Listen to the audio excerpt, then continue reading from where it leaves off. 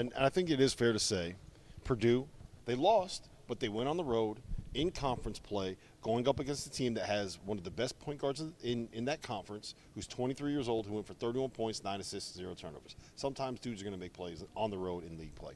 Duke goes on the road in league play. Their starting point guard gets injured 1 minute into the game. They lose. Things like that are conference game. It's going to happen. Road games and league play, stuff like that is going to happen, right? I think Marquette playing at a very good Wisconsin. Look, Wisconsin got smacked at Providence. That ain't who Wisconsin is. Wisconsin's the team that beat Virginia by 20. Wisconsin is the team that just beat Marquette tonight. I think they're probably a top 25 team in college basketball. Go on the road, rivalry game, it happens. The one that I'm worried about is Kentucky losing at home to UNC Wilmington. Really? I know DJ Wagner didn't play.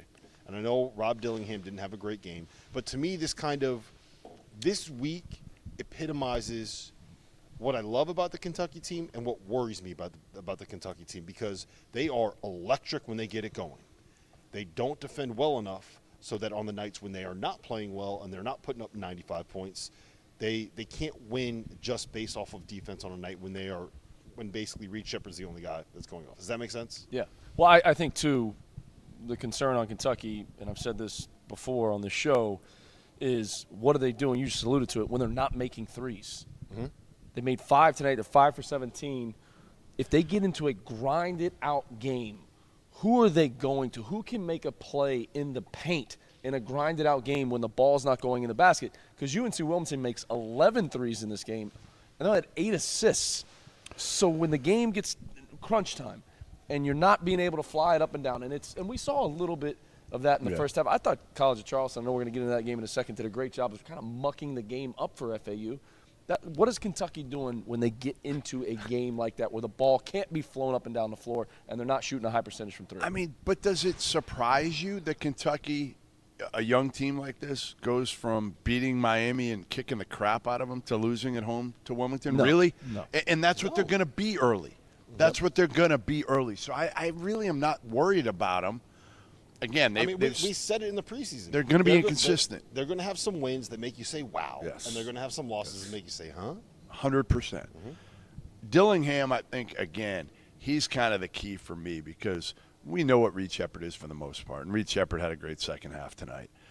Dillingham can't have these performances. He's got to be consistent. He was the one I always said, right? You don't know what you're going to get out of him. When you get A-level Rob Dillingham, I don't know if there's a player in the country I would rather watch. But, again, tonight was probably, D-level Rob Dillingham. And without Wagner.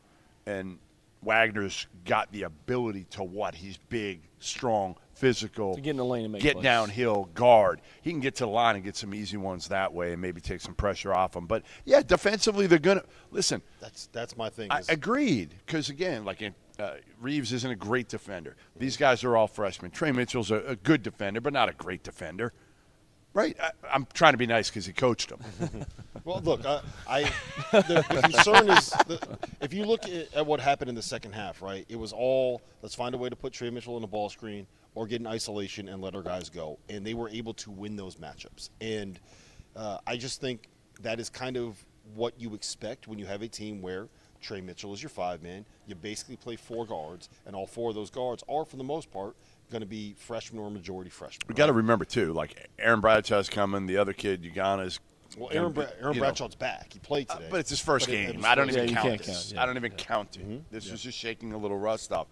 So when they get a couple bigs, that is going to make it more competitive in practice for playing time. And then matchup-based, you might play Trey Mitchell, at the 4 a little bit. You might have a big there who can be a rim protector a little bit more as a 5. Ugana might be that guy.